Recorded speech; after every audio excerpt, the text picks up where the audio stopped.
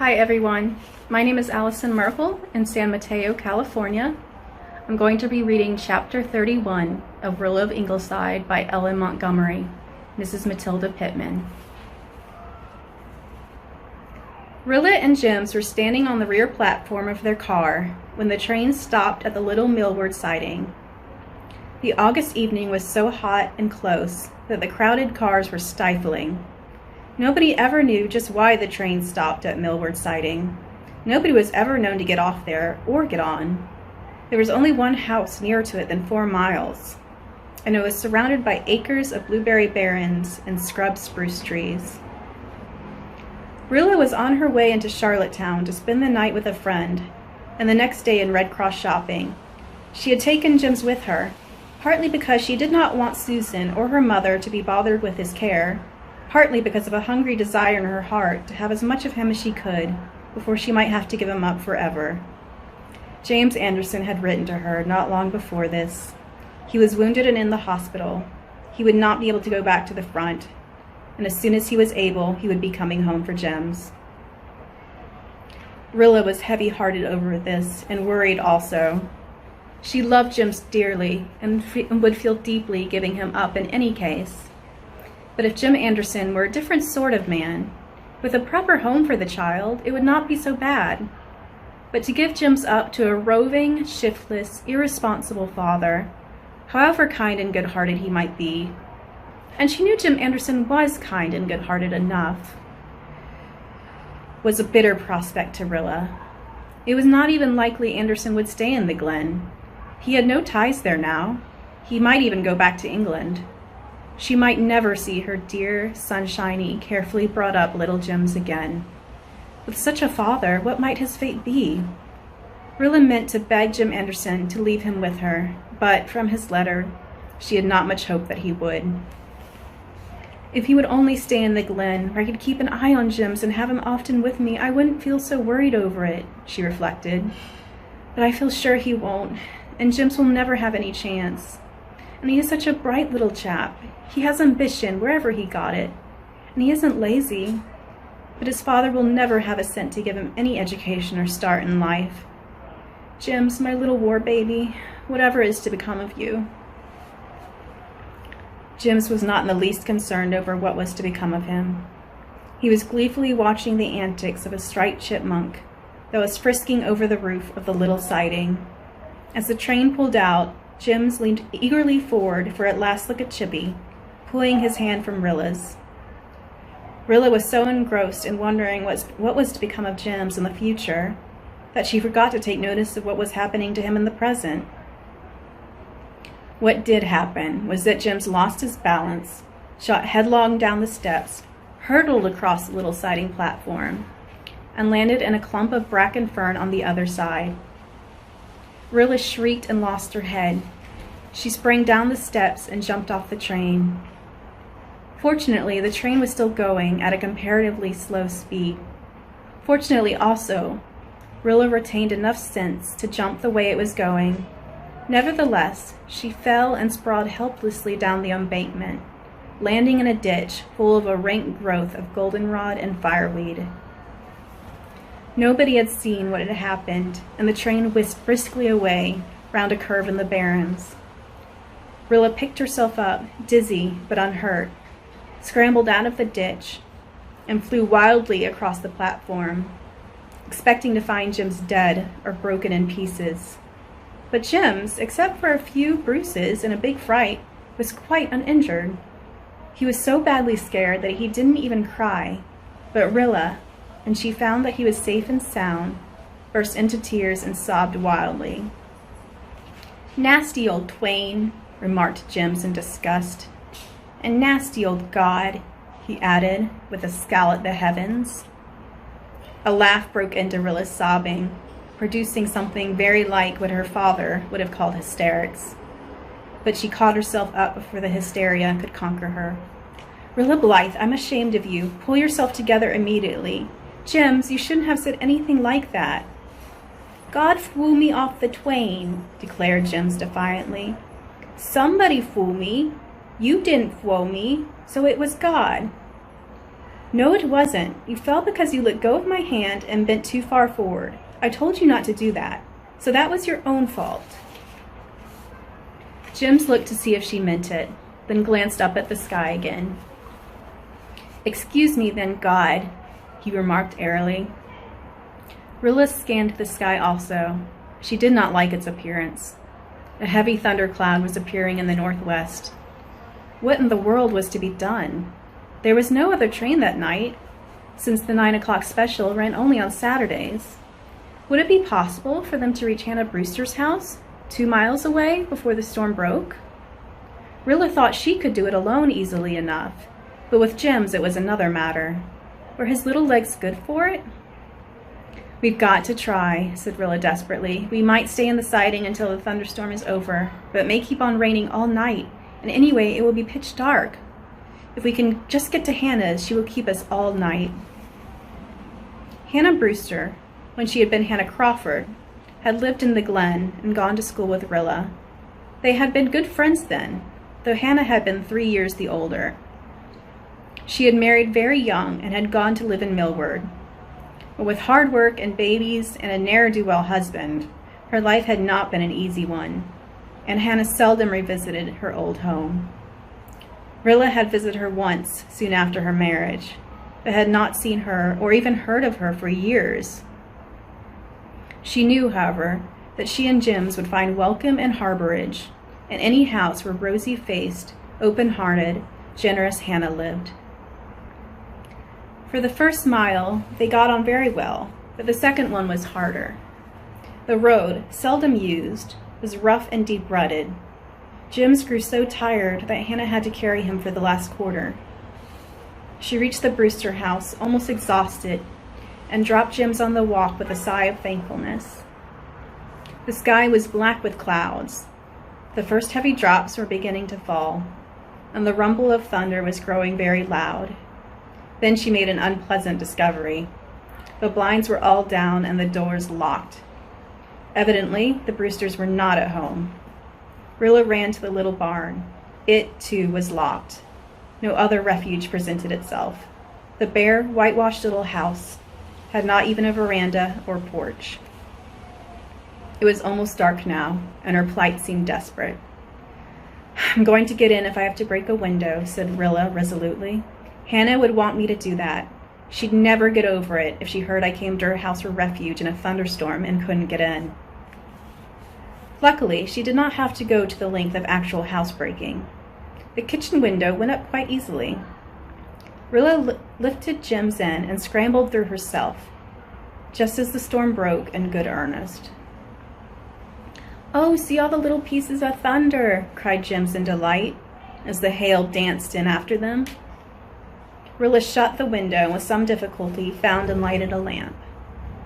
They were in a very snug little kitchen. Opening off it on one side was a trim, nicely furnished parlor, and on the other a pantry, which proved to be well stocked. I'm going to make myself at home, said Rilla. I know that is just what Hannah would want me to do. I'll get a little snack for Jims and me, and then if the rain continues and nobody comes home, I'll just go upstairs to the spare room and go to bed. There's nothing like acting sensibly in emergency.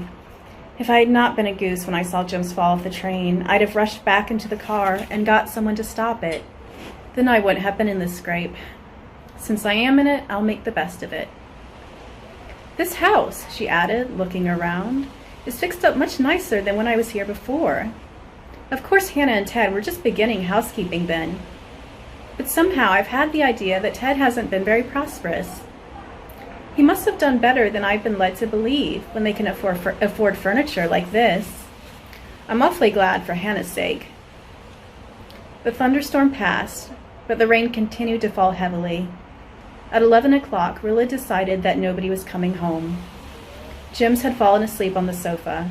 She carried him up to the spare room and put him to bed.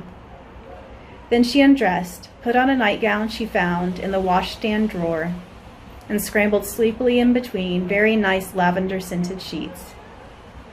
She was so tired after her adventures and exertions that not even the oddity of her situation could keep her awake. She was sound asleep in a few minutes. Rilla slept until 8 o'clock the next morning, and then wakened with startling suddenness. Somebody was saying in a harsh, gruff voice, "Here, you two, wake up. I want to know what this means." Rilla did wake up, promptly and effectually. She had never in all her life wakened up so thoroughly before. Standing in the room were 3 people, one of them a man, who were absolute strangers to her. The man was a big fellow, with a bushy black beard and an angry scowl.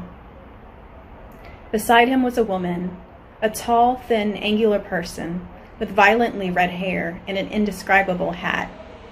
She looked even crosser and more amazed than the man, if that were possible. In the background was another woman, a tiny old lady who must have been at least 80. She was, in spite of her tininess, a very striking-looking personage. She was dressed in unrelieved black, had snow-white hair, a dead white face, and snapping, vivid, coal-black eyes. She looked as amazed as the other 2, but Rilla realized that she didn't look cross. Rilla was also realizing that something was wrong, fearfully wrong. Then the man said, more gruffly than ever, "Come now, who are you and what business have you here?" Rilla raised herself on one elbow, looking and feeling hopelessly bewildered and foolish. She heard the old black and white lady in the background chuckle to herself. She must be real, Rilla thought. I can't be dreaming her. Aloud she gasped, "Isn't this Theodore Brewster's place?" "No," said the big woman, speaking for the first time. "This place belongs to us. We bought it from the Brewsters last fall. They moved to Greenvale. Our name is Chapley." Poor Rilla fell back on her pillow, quite overcome. "I beg your pardon," she said. I thought the Brewsters lived here. Mrs. Brewster is a friend of mine. I am Rilla Blythe, Dr. Blythe's daughter from Glen St. Mary. I was going to town with this little boy, and he fell off the train, and I jumped off after him, and nobody knew of it. I knew he couldn't get home last night, and a storm was coming up, so we came here, and we found nobody at home. We just got in through the window and made ourselves at home." "So it seems," said the woman sarcastically. "A likely story," said the man. "You weren't born yesterday," added the woman. Madam Black and White didn't say anything, but when the other 2 made their pretty speeches, she doubled up in a silent convulsion of mirth, shaking her head from side to side and beating the air with her hands. Rilla, stung by the disagreeable attitude of the Chapleys, regained her self-possession and lost her temper. She sat up in bed and said in her haughtiest voice, "I do not know when you were born or where, but it must have been somewhere where very peculiar manners were taught.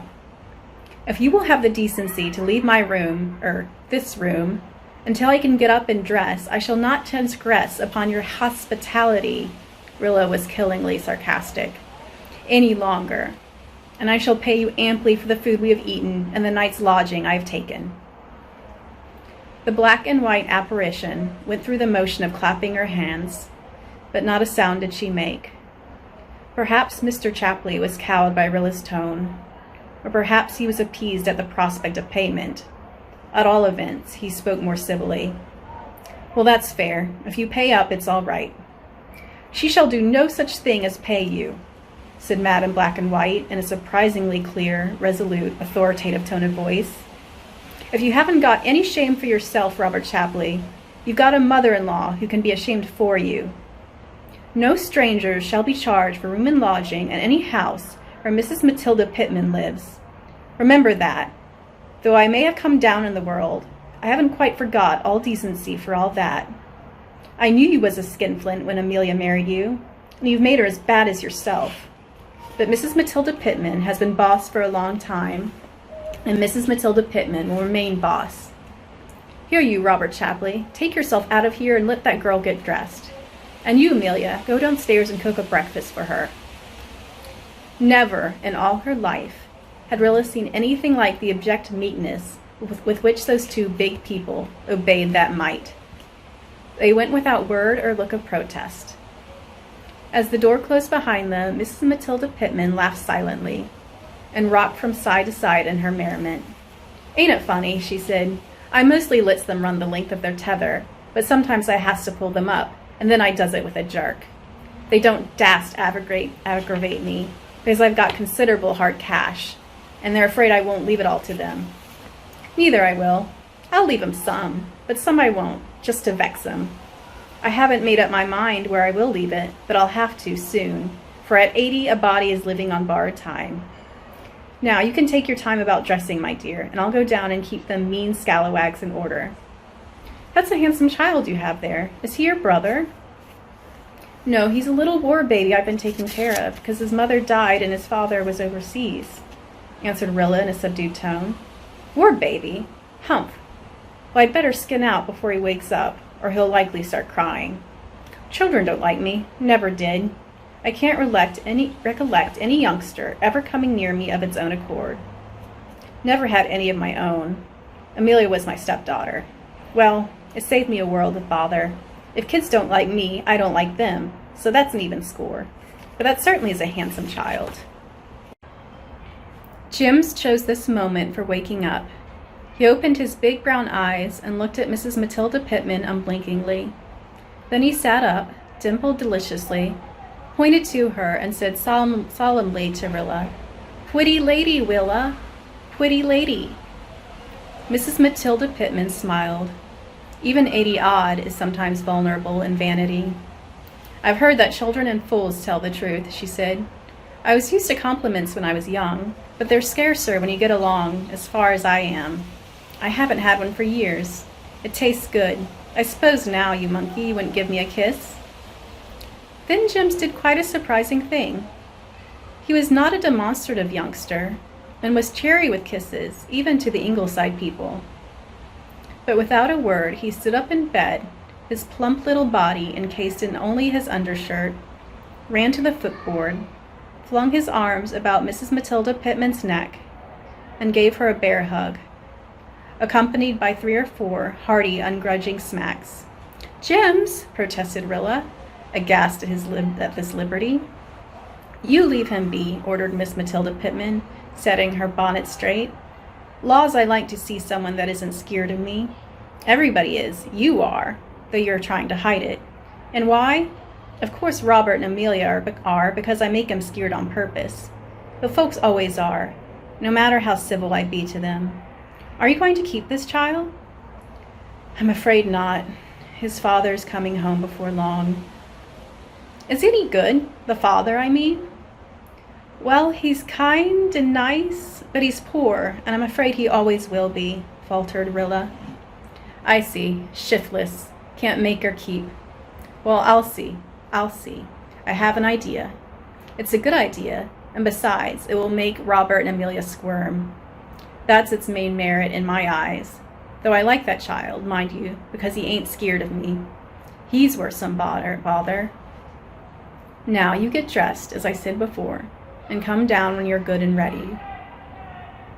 Rilla was stiff and sore after her tumble and walk of the night before, but she was not long in dressing herself in gems. When she went down to the kitchen, she found a smoking hot breakfast on the table. Mr. Chapley was nowhere in sight, and Mrs. Chapley was cutting bread with a sulky air.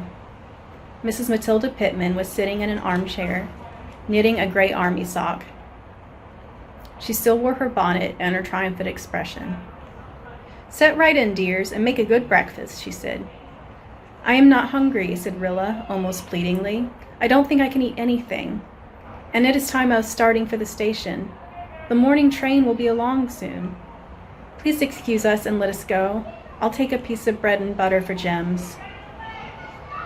Mrs. Matilda Pitman shook a knitting needle playfully at Rilla. "Sit down and take your breakfast," she said. "Mrs. Matilda Pitman commands you. Everybody obeys Mrs. Matilda Pitman. Even Robert and Amelia. You must obey her too." Rilla did obey her. She sat down, and such was the influence of Mrs. Matilda Pitman's mesmeric eye, she ate a tolerable breakfast. The obedient Amelia never spoke. Mrs. Matilda Pitman did not speak either, but she knitted furiously and chuckled.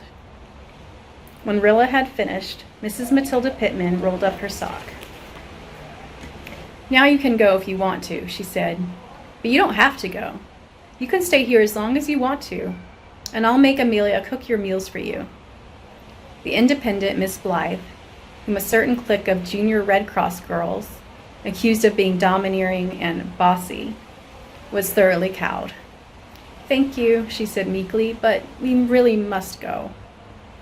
"Well then," said Mrs. Matilda Pitman, throwing open the door, "your conveyance is ready for you.